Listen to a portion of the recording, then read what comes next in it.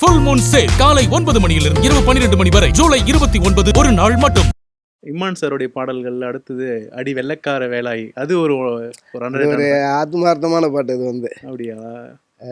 அது எப்படி நம்ம தான் பாடணுமா அப்படிங்கிறது கூட எனக்கு ஒரு ஆச்சரியமா இருக்கும். ஏன்னா இந்த பாட்டு வந்து அந்த பாட்டு எழுதியிருந்தாரு அவர், மகாலிங்கன் ஒருத்தர் தான்.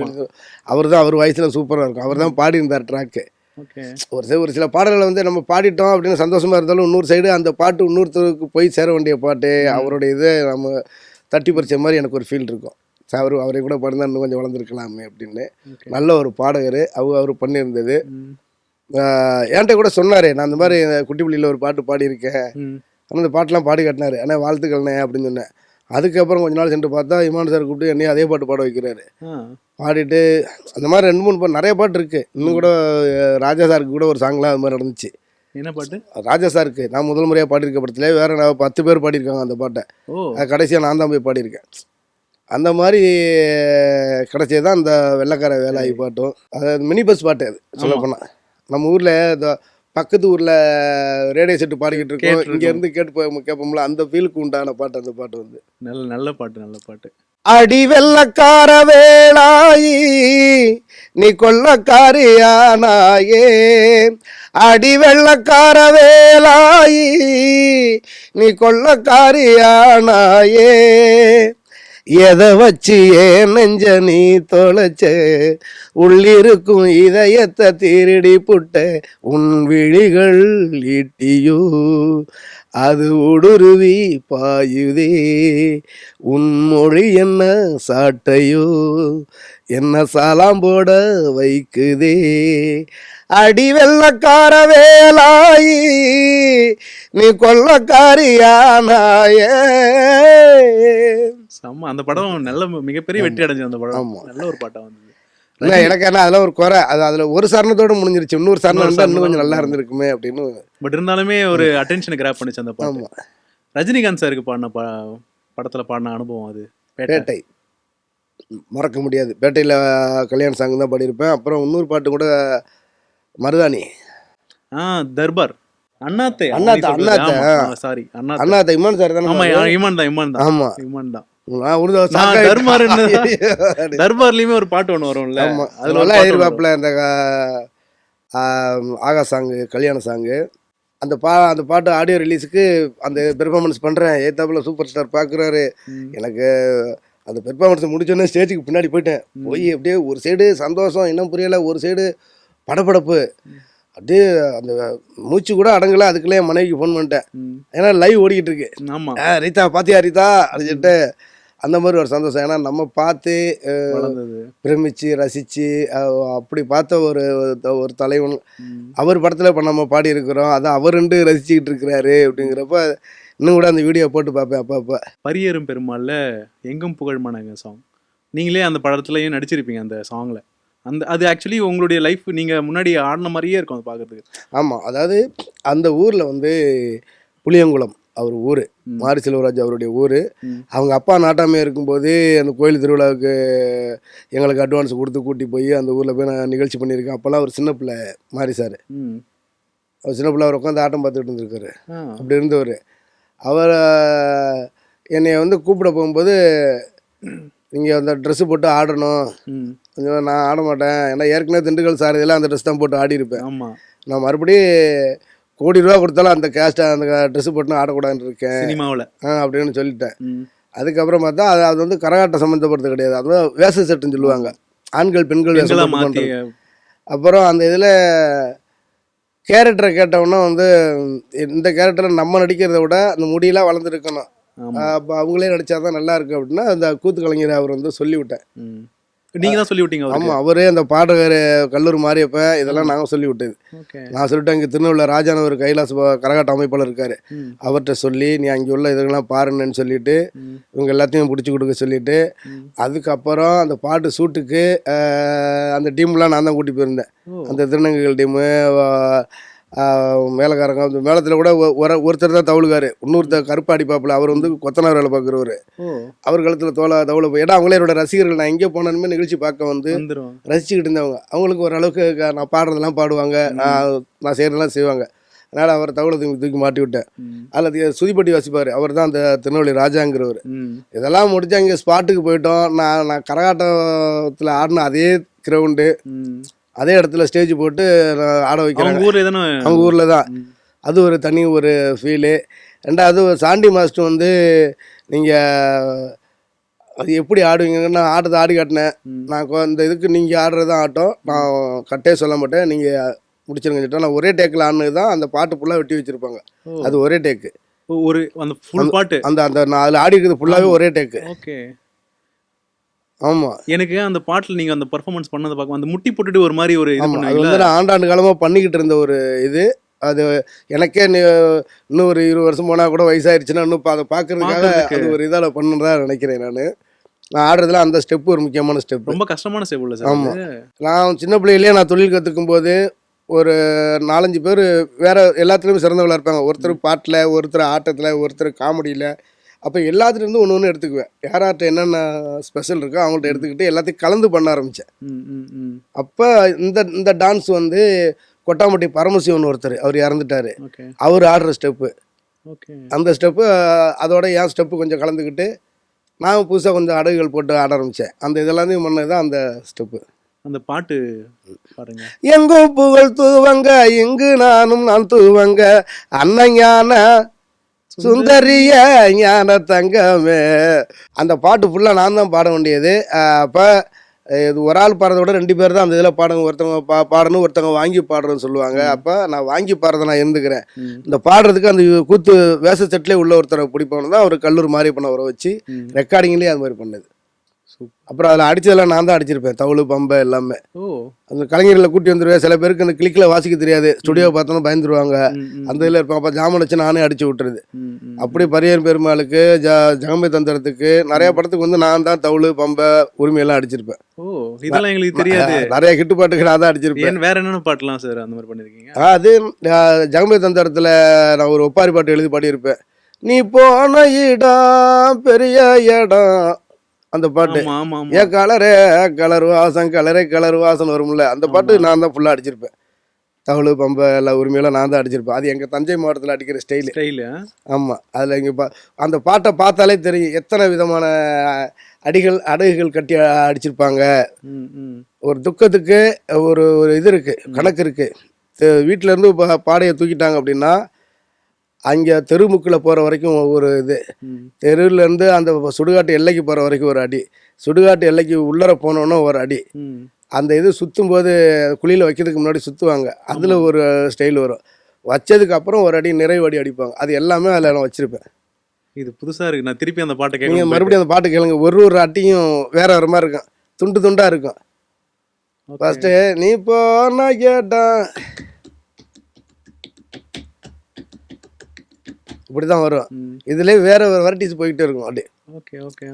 அந்த மாதிரி ரசிச்சு பண்ணது அதெல்லாம் வந்து இது ஆக்சுவலி ரொம்ப புதுசாக இருக்குன்னு திருப்பி இந்த பாட்டை போய் கேட்குறேன். கேளுங்க. அதுக்கப்புறமா காத்து வாக்கில் 2 காதல், நீங்கள் உங்களுக்கு சொடக்கு மேலே எந்த அளவுக்கு ஒரு இது கொடுத்தோ, அகைன் அணியோடைய பாட்டு தான் வந்து எங்கே பப்போ எங்கே ஒரு பார்ட்டி நடக்கலாம், இந்த பாட்டு இல்லாமல் இருக்காதுல்ல, அந்த பாட்டு எப்படி கிடைச்சது? அனி சாருக்கு நான் நன்றி சொல்லிக்கிட்டே இருக்கணும். ஏன்னா இது வரைக்கும் எனக்கு 5 பாட்டு கொடுத்துருக்காரு. 5 பாட்டுமே 5 ரகமான பாட்டு, எல்லாமே ஹிட்டான பாட்டு. ஆமாம், முதல்ல காக்கி சட்டை, 2வது சொடக்கு, 3வது கல்யாண சாங்கு ஆகா கல்யாணம், விடாமுயற்சி சவதிக்கா. ஆமாம், 5மே அனி சார், நன்றி சார். அதை வேற சொல்கிறதுக்கு வார்த்தைகள் இல்லை. இந்த பாட்டு எப்படி கூப்பிட்டாரு டிப்பாட்டப்பம்க்கு? டிப்பாட்டப்பம் அதான் சேதனனை இந்த மாதிரி ஹீரோ பண்ணுறாங்க. நான் நேரத்தை போய் கேட்டுக்கிட்டேன் நான் யார் அப்படின்னு. அப்போ தான் சேதனனுக்குன்னு தெரியும். பாட்டு ஒரு பாட்டு பாடணுன்னு நம்மளுக்கு தெரியும்ல, இந்த பாட்டு வந்துச்சுன்னா மக்கள் மத்தியில் நிற்கணும்னு. ஒரு முறையும் அந்த ஸ்டுடியோ அவர் மாடியை விட்டு இறங்கி வரும்போது மனநிறைவோட தான் வந்திருக்கேன். சரி, இந்த பாட்டு இப்படி பண்ணி கொடுத்துரும் அப்படின்ட்டு. ஆமாம், இந்த பாட்டுமே அந்த அதே டீம்ல டைரக்டரு. ஆமாம், இதே அவரு நான் இங்கேருந்து மாடியில் ஏறா, அவர் கீழே இறங்குனாரு. போக்குமார்லே அடுத்த ஹிட்டு என்ஜாய் பண்ணுங்க அப்படின்னு சொல்லிட்டு போயிட்டாரு கீழே விக்னேஷ் சிவன் சார். அதுக்கப்புறம் தான் ரெக்கார்டிங் போனேன். அம்சமா அழகா. ஆமாம், 2 லைன் பாடுங்க. அம்சமா அழகா ஒரு பொண்ணை பார்த்த உடனே பஞ்சரானே. ஆமாப்பா, அம்சமா அழகா ஒரு பொண்ணை பார்த்த உடனே பஞ்சரானே. அது கண்ணா இல்ல கரண்டா கன்ஃபியூசன். அவ அழக பத்தி பாட இல்ல எஜுகேஷன். என் மனசு நீ உனக்கு ஒரு பிளே ஸ்டேஷன். நீ இருக்கு இடம் எனக்கு ஒரு ஹில் ஸ்டேஷன். குட் வைப்ரேஷன் ஒரு சென்சேஷன். நீ வேணும் முன்ன பண்ண போற மெடிடேஷன். அப்பா செம்ம செம்ம செம்ம சார். எனக்கு நிறைவா இந்த பாட்டோட முடிக்கணும்னு ஆசைப்படுறேன். இட்லி கடையில் என் பாட்டை சாமி வரும். என்ன மாதிரியான பாட்டு அது? ஒரு மாதிரி ஒரு டிவைனை கொண்டு வந்தது அந்த பாட்டு. அந்த பாட்டை எப்படி ஆரம்பிச்சது? இந்த இது ஒளிபரப்பாகும்போது இந்த பாட்டுக்கு ஒரு விருது வாங்கியிருப்பேன்.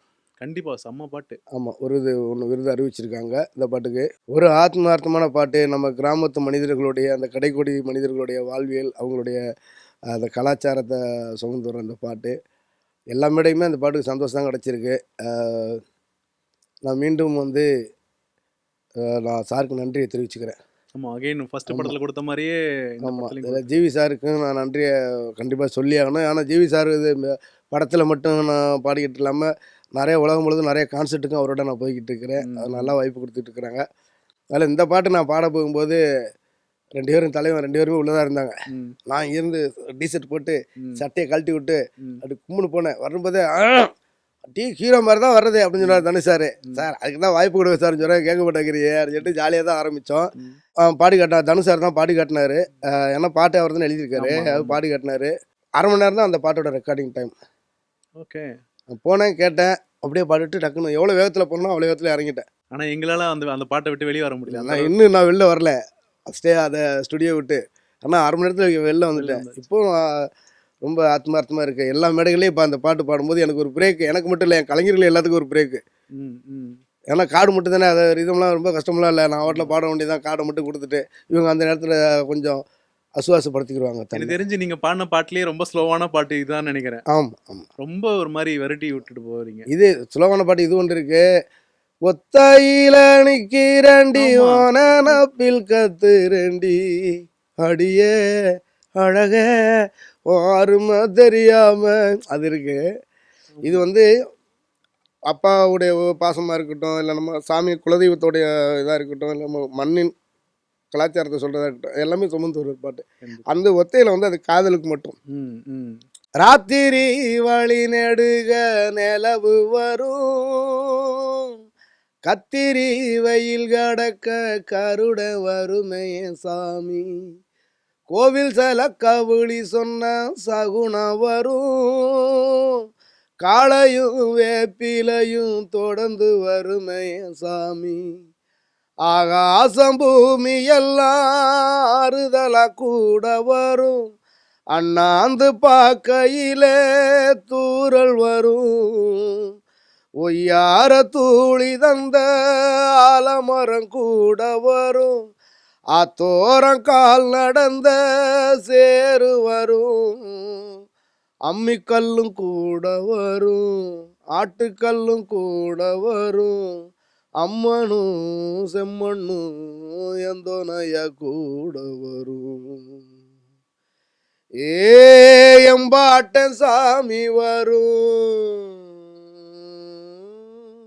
எங்கேயும் கூட வரும், எந்தாயி தூங்க சொன்ன பாட்டு வரும், எங்கப்ப மூச்சு விட்ட காத்து வரும், ஊரான ஊரு வரும், முன்னோரின் பேரு வரும், எங்கூரு கருப்பசாமி ஆடி வரும், எங்கூரு கருப்பசாமி ஆடி வரும், எங்கூரு கருப்பசாமி ஆடி வரும், எங்கூரு கருப்பசாமி ஆடி வரும். ஐயா சிலுக்குது ஐயா அப்படியே உடம்பெல்லாம் எனக்கு. என்ன மாதிரியான பாட்டு இது? நன்றி நன்றி. இது கேட்டு சிலுக்கு வந்தாங்கன்னா அடுத்து சிலுக்கலாம் அவளை ஒன்ன அடுத்து அனுராதா வரவங்க சொல்ல வர அவளை ஒன்ன போல பார்த்துக்கோ பார்ட்னராவே சேர்த்துக்கோ ஒய்ஃபு கிட்ட பொய்யே சொல்லாதே. எஸ், அதுவும் கேட்கணும் கேளுங்க கேளுங்க. எப்படி விடாமுயற்சி அந்த பாட்டு? நான் பேட்டி முடியறதுக்குள்ள போகணும்னு பாக்குறேன், நீங்க என்ன நினைக்கிறியா? முடிய போகுது, கொஞ்சம் தான் போயிடலாம். விடாமுயற்சி எனக்கு ரொம்ப சந்தோஷமான பாட்டு. ஏன்னா தலையோட படத்தில் வந்து ஃபுல்லாக ஒரு பாட்டு கிடைக்கணுமே, தளபதிக்கு 2 பண்ணணும்னு ஆசைப்பட்டேன். தளபதிக்கு பாடுறதுக்கு வாய்ப்பு கிடைக்காம போச்சு. மறுபடியும் நடிக்க வராரு. கண்டிப்பாக அந்த ஒரு படம் நடிக்க போறாருல. அப்படியா? ஆமா, அப்படித்தானே கேள்விப்பட்டேன். அந்தோனிதாசன் அவர்கள் எக்ஸ்க்ளூசிவா? இல்லைங்க, அப்படித்தானே சொன்னாங்க. ஏதோ ஒரு படம் இன்னும் கன்ஃபார்ம் வரல. சப்போஸ் எனக்காக நான் பாடுறதுக்காக தளபதி நடிக்கணும்னு வேண்டிக்கிறேன். உங்களுக்காகவே ஒரு படம் நடிக்க வர வச்சுக்கலாம். ஆமா, அது ஒரு தீராத குறையா இருந்துச்சு, தளபதிக்கு பாட முடியாம போச்சு அப்படின்னு. ஆல்ரெடி ஒரு படத்துல பாடி இருந்தேன், அது வாய்ஸ் மாறிடுச்சு. அதுல அது சொல்ல மாட்டேன்ல, சொந்தமா சுனி வச்சுக்க மாட்டேன் சில விஷயத்துல வந்து. இது வந்து இமான் சார் இசையில வந்து ஃபர்ஸ்ட் பாடி இருந்தேன், விசுவாசத்துல பாடி இருந்தேன். தல்லே தில்லாலே தல்லே தில்லாலே சின்னதா ஒரு போர்ஷன் பாடி இருந்தேன். அதுக்கே அவ்வளவு சந்தோஷமா இருந்துச்சு. இது முழு பாட்டு, அதுவும் அனிசாருடைய இசையில அப்படிங்கிறப்ப ரொம்ப நல்ல செலிப்ரேஷனான பாட்டு. வேற அவர் பாட்டில் 2 பாட்டுலையுமே ஆகா கல்யாணம் பார்த்தீங்கன்னா அதுலேயும் அந்த கணவன் மனைவியோடைய உறவு மேல்மையை தூக்கி சொல்லியிருப்பாங்க. அதே மாதிரி இதுலேயும் அப்படித்தான் இருக்கும். சவுதிக்காலையும் அதுவும் தலையோட பாயிண்ட் ஆஃப் வியூவில் சொன்னதுல எனக்கு கடவுளுக்கு நன்றி, அவ்வளோதான் சொல்ல முடியும். தலை ஏதாவது சொன்னாரா? அந்த பாட்டு கேட்டுட்டு ஏதாச்சும் அந்த மாதிரி கமெண்ட்ஸ் வந்தது? அந்த மாதிரி நான் நேரம் இன்னும் பார்க்கல. நான் தலையை பார்த்து நான் பார்த்தே 10-12-13 வருஷம் அதை அவர் நேரடியாக பார்த்து. அதுக்கப்புறம் பார்க்கல. ஆனால் டீம் அதே தான் சொன்னாங்க. செம்ம. ஏன்னா அந்த ஷூட்டில் வந்து ஆடிக்கிட்டு இருக்கும்போது அங்கேருந்து டான்சர்ஸ் நிறைய பேர் ஃப்ரெண்டுங்க இருக்காங்க, அவங்க சொல்லிட்டு இருந்தாங்க. நல்ல ஃபேமஸான பாட்டாகவும் இருந்தது. அந்த ஹூக் ஸ்டெப்லாம் நல்ல ஃபேமஸ் ஆச்சு. அதான் அவரே பாடி நடிக்கிற மாதிரிங்கிறப்ப எனக்கு இன்னும் சந்தோஷம் சொல்ல முடியல. கூஸ் பம்ப்ஸ் தான், வேற ஒன்றும் இல்லை.